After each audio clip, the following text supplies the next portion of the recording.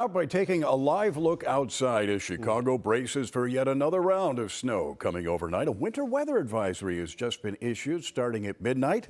And Mark, I just got a release here from the Department of Streets and Sanitation. They're going to put 240 vehicles out in the next hour getting ready for this snow. How much we getting? You know, I think we're going to see about 2 to 4 inches of snowfall overnight and maybe an additional inch tomorrow. So that brings our totals up around the range of about 3 to 5. Now, put that on top of the 8 inches that we had before, and you know what? Wintertime gets a little boost here.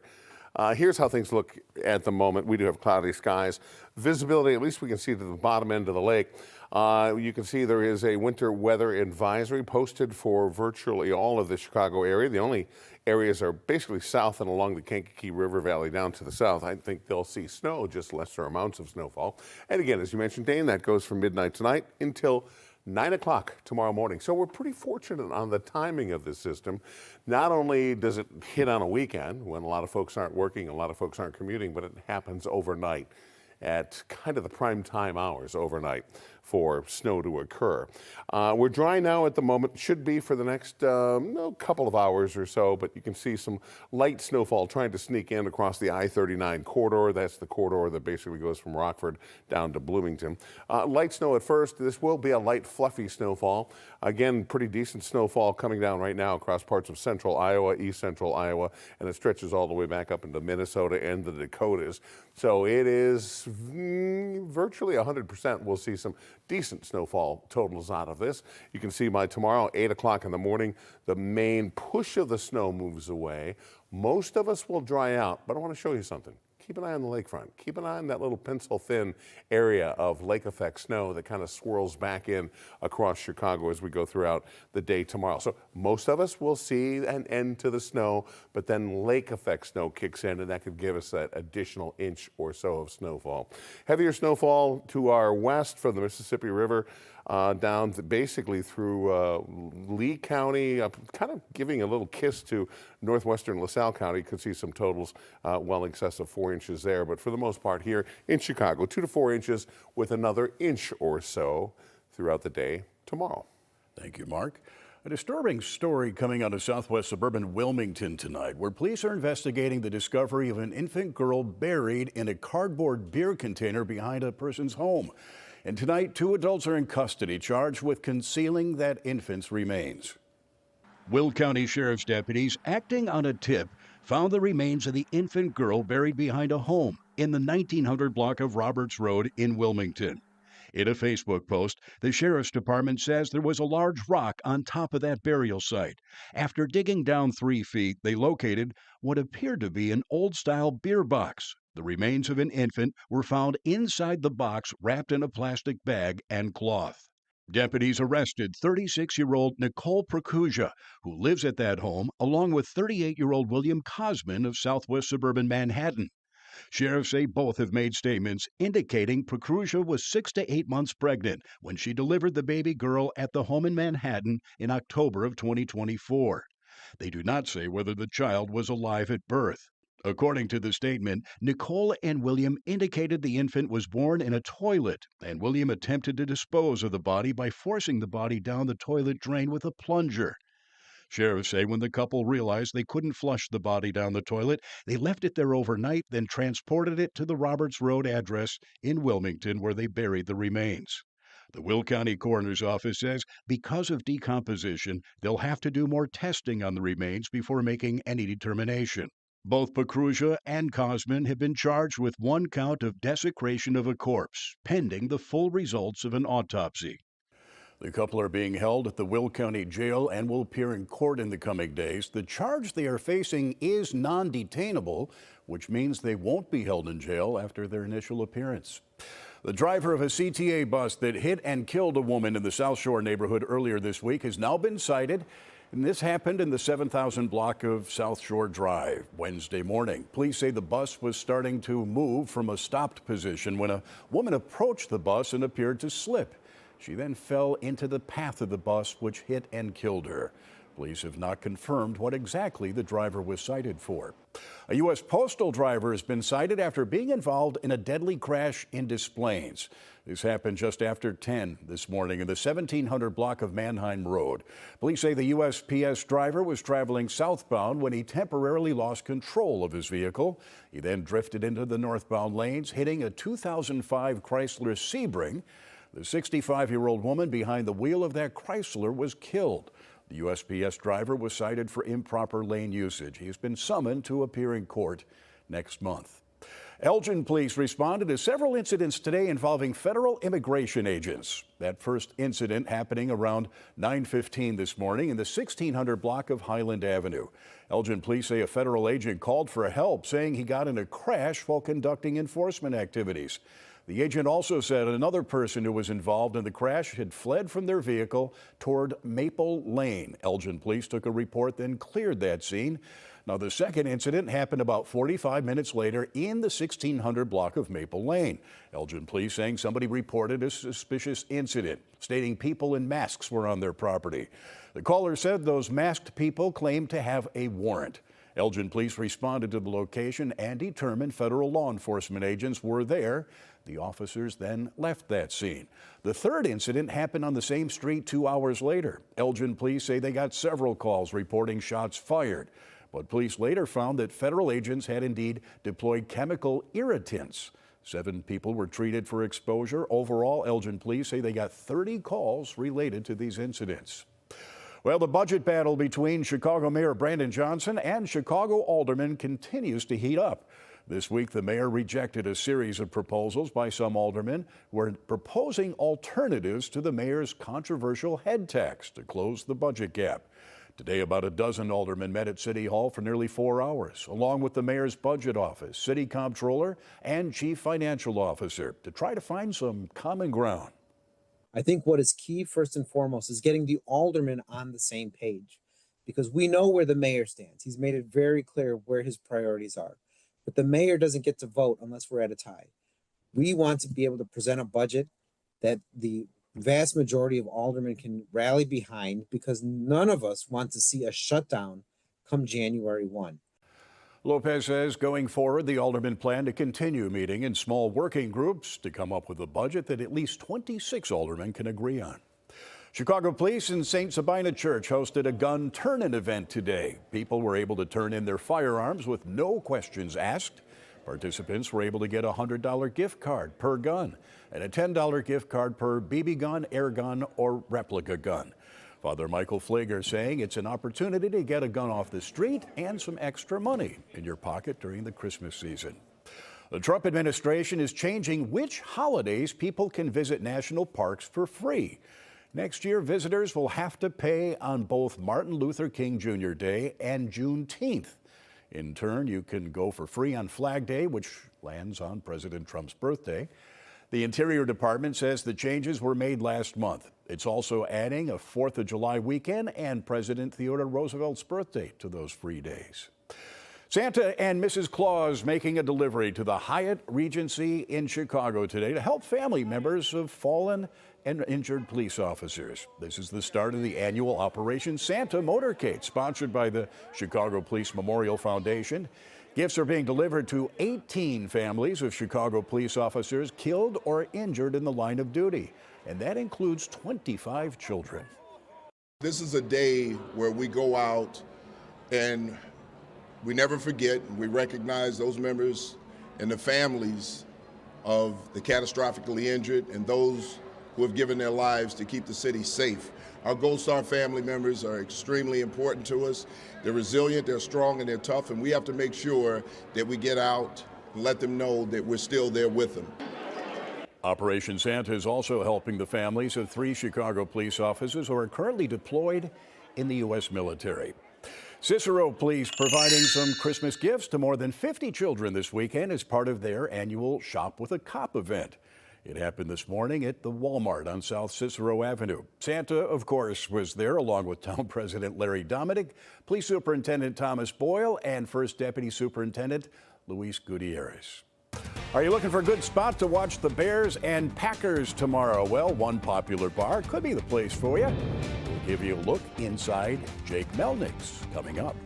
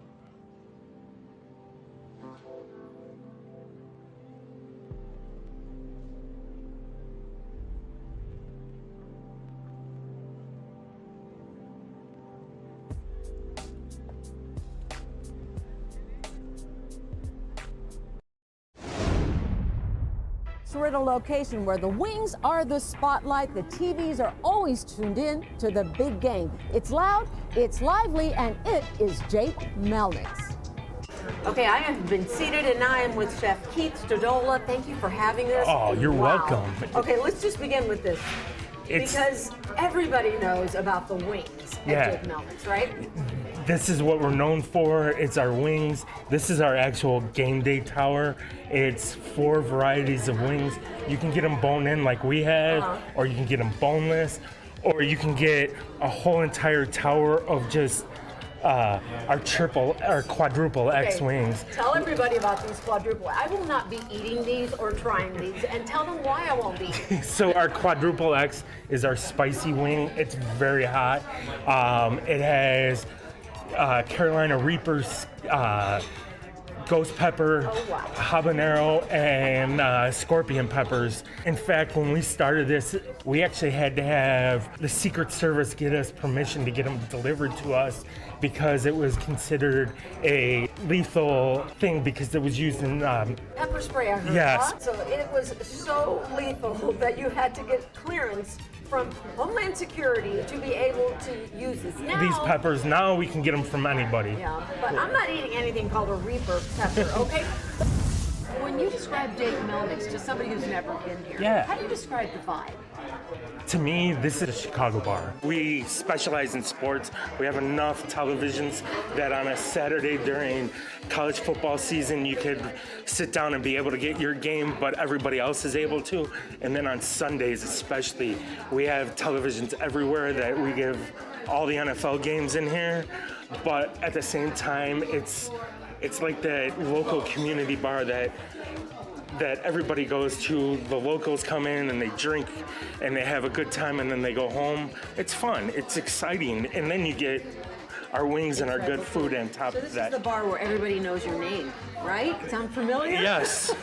Okay. I wasn't gonna say that, but you did. It for you. Yeah. So it's about the wings, but you've also got some other highlights. Now walk me through what else we have. This season, and this season only, for Bears games, we are serving a bear claw pretzel. It's a big giant pretzel for a group of 4 or more. It comes with our cheese sauce, a pimento cheese, and then the mustard. But it's only for Bears games. So when the Bears are playing either Sunday, Monday, or Thursday, we will have it. Okay, Okay. Oh, look at this. I'm taking off one of the fingers. Oh, and pimento cheese and ooh.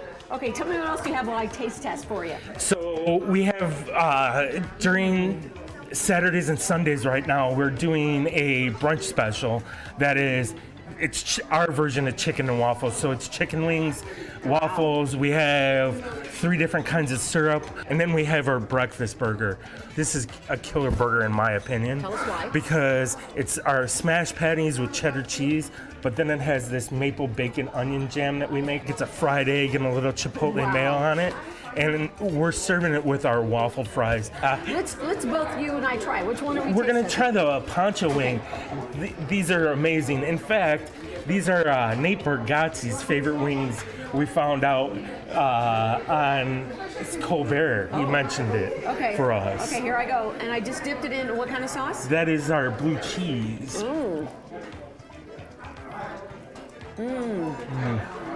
Oh, that's delicious, isn't it? You did good. Great. Okay, tell everybody where you're located. We're located at 41 East Superior, and it's a fun place to hang out. Oh, well, I've had so much fun, Chef. Thank you so much. Go Bears. Go Bears. This is just one location that Sylvia's checking out. She goes to Michael's Pizzeria and Tavern for what some people say is some of the best thin crust tavern style pizza here in Chicago. And a Lincoln Park staple, R.J. Grunt's, which has been popular since the 70s. Tasting Chicago streams both Saturday and Sunday at 1 and 7 p.m. All right, Mark, some hot wings might feel good on a chilly night like this. I got to tell you, headed our way, huh? Between you and Sylvia, you have the 2 best jobs in Chicago TV. I cover the beer beat, she gets the food, right? You know, it seems like it all kind of comes together right here. Yeah, definitely you want to keep something to keep you warm over the next couple of days. Now, we have been in the 20s all day today. We've been basically in the 20s since Friday, and that includes daytime highs and overnight low temperatures. And overnight low temperatures tonight will be in the 20s, and we'll be in the 20s again tomorrow for Sunday. A couple 30s could be sprinkled in there, but upper 20s into the 30s. Here's what's going on this evening. Winter storm watch, an advisory posted. The winter storm, more significant out to the west, out for those western counties, Lee and out towards Carroll counties, well out to the west, west of Interstate 39. But an advisory here in Chicago, that advisory, I think we're going to see about 2 to 4 inches of snowfall overnight tonight, and with an additional inch or so of perhaps some lake effect snow during the day tomorrow. But I think generally speaking, everyone's going to pop up over 3 inches. I think some of these numbers are a little bit shy. I think we're going to see some 5-inch snowfall totals around the area on top of the snowfall that we had earlier. So winter weather advisory tonight, 3 to 5 total. More snow coming this week. We've got several more little pockets of brief Alberta Clipper systems that'll be coming through, bringing us additional smaller amounts of snowfall. 32 today, our daytime high. 39 is where we should be. Right now, we look like this. We're at 31 degrees. Winds out of the west-northwest at 3 miles per hour. It feels more like 28, so gentle breeze. Not really all that chilly tonight, at least from the wind chill. Here comes the snowfall, now knocking at the door of Interstate 39, moving into Chicago a little closer to midnight, maybe a little before downtown. Temperatures now, we are in the low 30s here in Chicago, upper 20s from the North Shore, kind of wrapping around all the way through the north and northwest suburbs. Heaviest snowfall right now across central and east central parts of Iowa, moving straight our direction. Some 6-inch snowfall totals will be likely out over Iowa. Tomorrow, again, cloudy skies with some snowfall in the morning, maybe a break or two with a peak of sunshine, especially in the western suburbs towards the afternoon. So here's the setup, taking you towards 8:45 tomorrow morning. The snow comes in overnight. It's largely on its way out as we head through the morning tomorrow. And then watch this. Little lake effect snow shooting in, a little spray of snow that could give us an additional dust up. And there are more little disturbances out to our west, which will continue in the little hit parade of light snow showers coming our way here over the next several days. 25 overnight tonight. Winter weather advisory is in effect, 2 to 4 inches of snow. 29 tomorrow. An additional inch is likely. I think we'll drive those totals up before this is all out of here. In excess of 3 inches, and some areas could see up to 5. More chances of snowfall. Nothing really major coming our way. Not until we get to Wednesday, and not even major at that point, but a little rain and snow mixed together to start out your Wednesday. But chances of snowfall on Thursday, and then look at this, Dane. It gets cold. Overnight low temperatures down to -1. Tina, that is chilly. Hey, one thing's for sure, I will have my hand warmers ready to go. Next in sports, the Bears also will be chilly, headed to Lambeau Field to face Jordan Love and the Packers, the battle for the top spot in the NFC North. Hear from head coach Ben Johnson on the culture change that's taken place this season.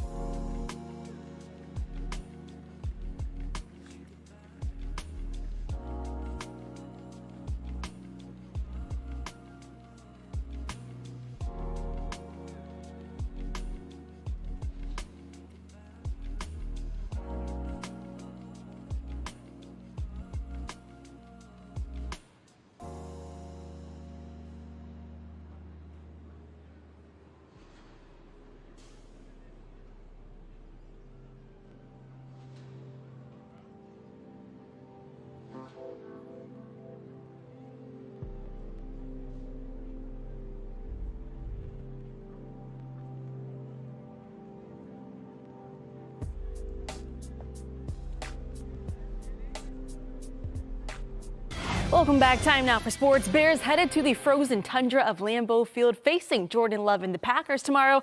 And finally, this rivalry has some meaning to it. It's a battle for the top spot in the NFC North. 12 games in, Ben Johnson has completely flipped the culture in Chicago. Here's Johnson on a defining moment earlier in the season.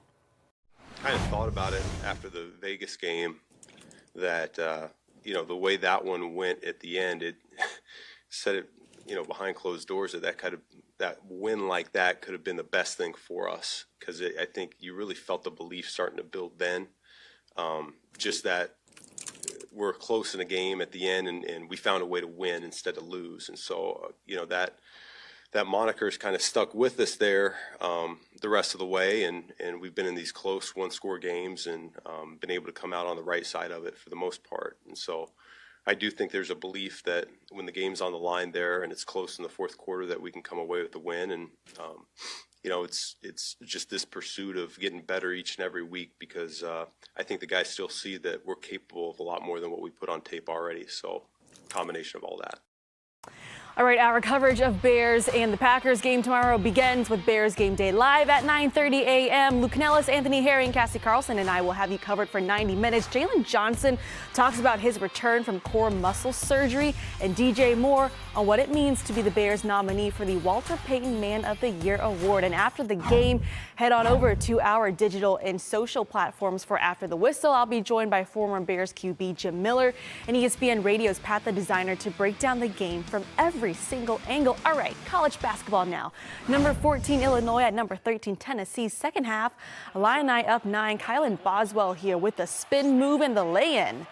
Then 4 minutes to go, Illini up 7. Zvonimir Ivicic spots up the big three. For Big Three, Illinois outscores Tennessee by 15 in the second half. They go on to win 75-62. College football, according to Brett McMurphy of On3, Illinois is headed to Nashville for the Music City Bowl on December 30th against an SEC team that's to be determined. After starting the season 5-1, the Illini went 3-3 the rest of the way, including a loss to number 1 Ohio State. They've won at least 8 games in back-to-back seasons for the first time since 1989 and 1990. Illinois State and North Dakota State for the FCS Championship second round. What a finish here. Late fourth quarter, Redbirds down 14. Tommy Rittenhouse to Daniel Sobkovich for the leaping score. Illinois State down 28-21. Next, Bison Drive, Jake Anderson with the strip sack here. Recovers the fumble. Illinois State gets the ball back. Just over a minute left. 4th and goal. Rittenhouse rolling out, buying time here. Finds Sobkovich again for the score. Redbirds only down 1. They decide to go for 2 in the lead. And on the 2-point conversion, Rittenhouse to Scotty Preston Jr. in the end zone right here. Ooh, Illinois State upsets the number 1 team in the nation on the road. 29-28. All right, as seen on Fox 32 Chicago MLS Cup Final, Inter Miami and Vancouver Whitecaps 71st minute tied at 1. Lionel Messi with the steal at midfield, ahead to Rodrigo de Paul for the goal. Inter Miami takes a 2-1 lead in stoppage time. Same score, more Messi, because why not? Another great assist here to Tadeo Allende, who puts it away. Inter Miami wins 3-1, their first ever MLS Cup. Messi wins his 3rd title with Inter Miami since joining the team 2 years ago. Messi presented the cup along with co-owner David Beckham. Legends, Miami's the 8th different franchise to win the cup in the last 9 seasons. All right, Northwestern loses to Ohio State 86-82. Loyola beats Princeton 73-68, and the Bulls make it official. Rookie Noah Essengay will undergo left shoulder surgery and miss the remainder of the season. And be sure to join us on Fox 32 Chicago after the Big Ten Championship. We'll have plenty more on tomorrow's big game between the Bears and the Packers. We're back with more after this break.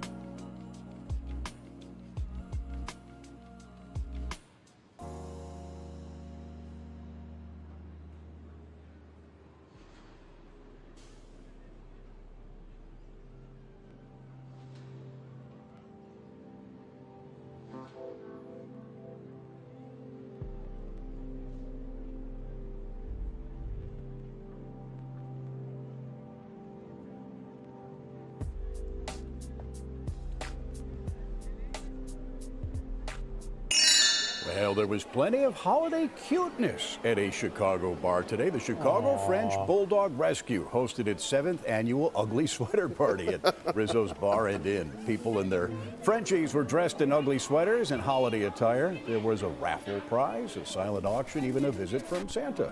All the proceeds benefiting the Chicago French Bulldog Rescue in its mission to protect Frenchies from neglect, abuse, loss of family, and theft. Cute dogs in sweaters, all for a good cause. I mean, Yeah, what are you Doesn't going to do? get better than that, Yeah, huh? there right? you go. Yeah. And some snow headed our way tonight. Yeah, I think we're going to see about 2 to 4 inches of snowfall overnight tonight. The winter weather advisory kicks in at midnight, goes until 9 o'clock tomorrow morning. I think maybe 2 to 4 overnight and maybe an additional inch tomorrow. Light, fluffy snow or heavy, wet no, I think stuff? it's going to be the light stuff. All right, well, that's good. I'll get the broom out instead of the shovel. I will have the hand warmers. Yeah, you will. You'll need them tomorrow. All right, thanks for watching this digital edition of Fox 32 News Saturday. We'll see you on air right after the game.